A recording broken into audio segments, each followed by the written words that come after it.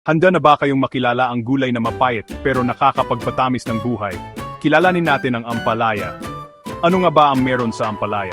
Yung gulay na ito na berde at may bukol-bukol, baka pakunutin ang noo mo sa pait, pero pasasalamatan ka ng katawan mo. Punong-puno ng bitamina A, C at B.